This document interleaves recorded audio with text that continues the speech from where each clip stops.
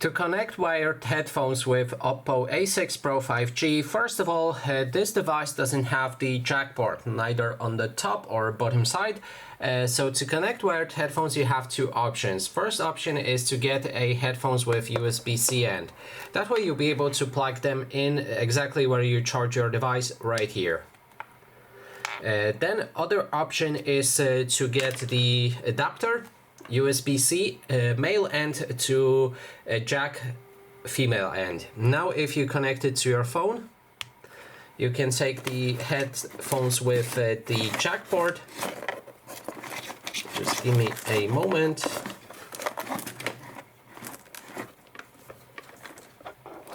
And then connect them to that adapter. That way you'll be able to connect jack headphones with your phone. And that is basically everything. Thanks so much for watching.